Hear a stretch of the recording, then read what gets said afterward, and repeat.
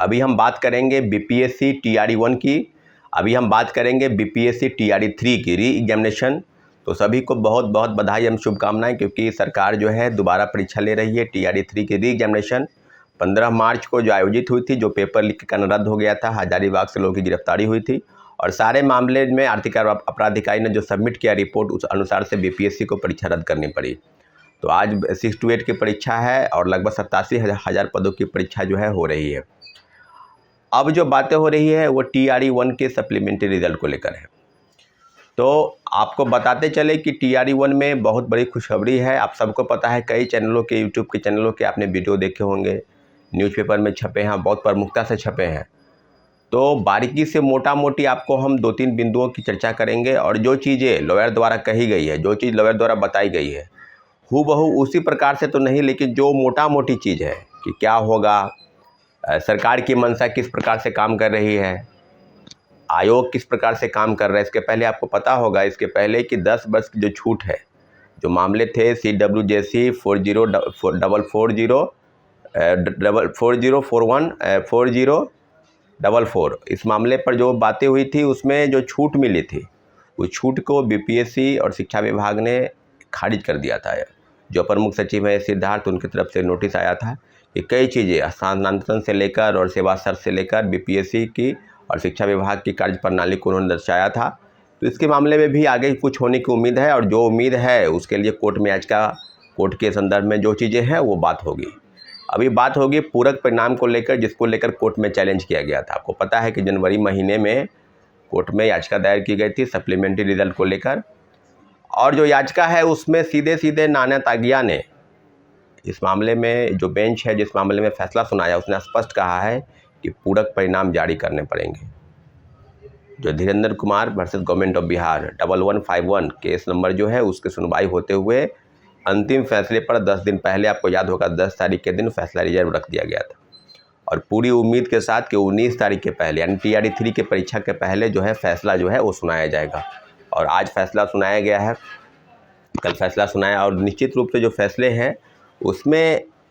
आपको हम बता दें कि जो लोग इसमें, किस केस में लगभग 100 के आसपास 101 पिटिशनर हैं। तो 4 तरह के ऑर्डर अगर पढ़ेंगे, लगभग 55-56 पेज के ऑर्डर हैं जो केस के रिगार्डिंग है, लेकिन मोटा मोटी आप पढ़ेंगे तो उसमें है कि जो डेट ऑफ बर्थ से छूटे हुए हैं, तो जो पिटिशनर हैं वो डेट ऑफ बर्थ से छूटे हुए हैं, या और भी लोग जो डेट ऑफ बर्थ से छूटे हुए हैं, जिन्हें याचिका दायर नहीं की है, जो पिटिशनर नहीं बने हैं किसी भी केस में, लगभग 4 केस दायर है 1 to 5 में। और भी केसेस हैं CWJC 2337 Satyam Kumar versus government of Bihar, उस मामले में भी सुनवाई होनी है, 3 सुनवाई हुई है और भी सुनवाई होनी बाकी है। और भी केसेस हैं, उर्दू के केस है, NIOS के केस है, कंप्यूटर साइंस के केस अलग हैं। तो 1 से 4 नंबर वाले मेरी बातों को ध्यान से सुनेंगे, मैं जो बता रहा हूँ वो कोर्ट का ऑर्डर बता रहा हूँ। 1 से 4 नंबर जिनके कम हैं उनके लिए भी ऑर्डर है, सीटें खाली रख दी गई है। ये बीपीएससी को तय करना है कि कौन कौन आदेश कैसे कैसे चीज़ों को बताएंगे। दूसरी तरफ जो 4700 पदों की सूची बीपीएससी को भेजी गई शिक्षा विभाग से और 2773 लोगों का रिजल्ट आया, तो मोटा मोटी 2000 से ज़्यादा पद जो है वहाँ रिक्त हैं। तो 2000 पदों पर आप निकालेंगे, 4000 पदों पर निकालेंगे, या पूरे जो पद हैं लगभग 20,000 के आसपास, 20,000, 22,000, 24,000 जो भी है उस पर निकालेंगे, या सिर्फ पिटिशनर को निकालेंगे, या सिर्फ सीधे सीधे आप कहा जाए तो जो पद रिक्त है सभी पदों को भरने के आदेश नानी तागिया की बेंच ने बीपीएससी और शिक्षा विभाग बिहार गवर्नमेंट को, सरकार को दिया है। जो लॉयर हैं YV गिरी सर, उन्होंने बखूबी कई यूट्यूब चैनलों को अपना बाइट दिया है, अपना मैसेज दिया है, और जो मैसेज है उस मैसेज के माध्यम से आपको हम मोटा मोटी आपको बता दें कि जब फैसला है सिर्फ पिटिशनर के लिए नहीं है, ये फैसला सभी लोगों के लिए है जो डेट ऑफ बर्थ से बाहर हुए हैं, जिन्होंने मिनिमम कट ऑफ को पार कर लिया है और सीटें खाली रख दी गई। तो ये जो तरीका था, ये टीआरई 1 की सीट बचाकर 2 में, 2 को बचाकर 3rd में, ये पूरी तरीके से गलत तरीका था और सीधे सीधे कोर्ट को आदेश मिला है, कोर्ट की तरफ से आदेश मिला है कि बीपीएससी सप्लीमेंट्री रिजल्ट जारी करे। और जो कोर्ट की कॉपी है, जो ऑर्डर कॉपी है, वो बीपीएससी शिक्षा विभाग को जाएगी और जल्द से जल्द उस पर भी एक नोटिस आ जाएगा। 2-3 दिन आप वेट कीजिए, निश्चित रूप से आएगा। सप्लीमेंट्री रिजल्ट कितने पदों पर आ रहा है, क्या 1 से 4 नंबर वाले उसमें आ जाएंगे, क्या सिर्फ पिटिशनर आएंगे, या सिर्फ जो पद खाली है सब, मेरा मोटा मोटी अनुमान है लगभग कि 2500 से 3000 पद जो है या 4000 के आसपास पद जो है ये 1 to 5 में ये ऐड ऑन होंगे। इसलिए जो भी लोग हैं, अब किन्हीं का एक से 4 नंबर वाले हैं या डेट ऑफ बर्थ से छोटे हैं, तो फिर डेट ऑफ बर्थ में ये देखा जाएगा तमाम कैटेगरी के, जनरल से लेकर EWS, SC ST EBC, महिला, दिव्यांग, सभी चीज़ों पर वो देखा जाएगा कि उन कट ऑफ पर जिनका मैक्सिमम ज़्यादा एज है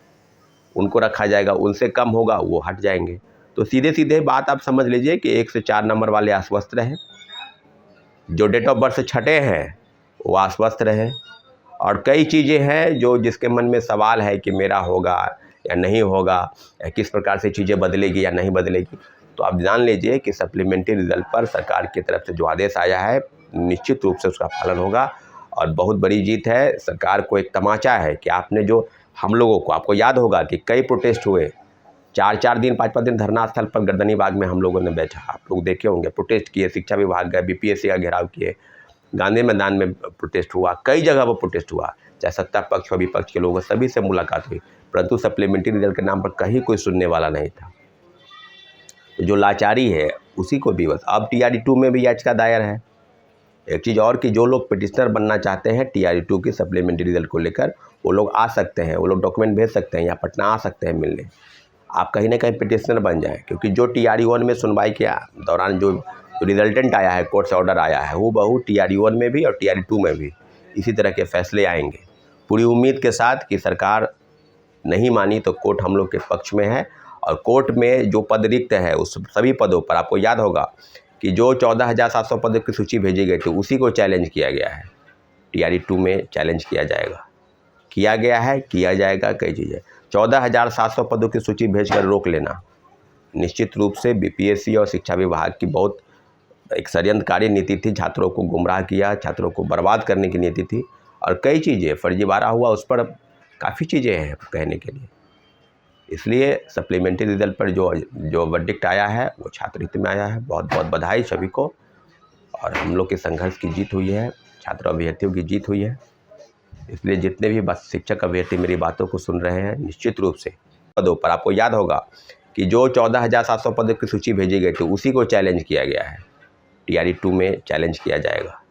किया गया है, किया जाएगा। कई चीज़ें 14,700 पदों की सूची भेजकर रोक लेना निश्चित रूप से BPSC और शिक्षा विभाग की बहुत एक षड्यंत्रकारी नीति थी, छात्रों को गुमराह किया, छात्रों को बर्बाद करने की नीति थी, और कई चीज़ें फर्जीवाड़ा हुआ, उस पर काफ़ी चीज़ें हैं कहने के लिए। इसलिए सप्लीमेंट्री रिजल्ट पर जो वर्डिक्ट आया है वो छात्र हित में आया है। बहुत बहुत बधाई सभी को, और हम लोग के संघर्ष की जीत हुई है, छात्र अभ्यर्थियों की जीत हुई है। इसलिए जितने भी शिक्षक अभ्यर्थी मेरी बातों को सुन रहे हैं, निश्चित रूप से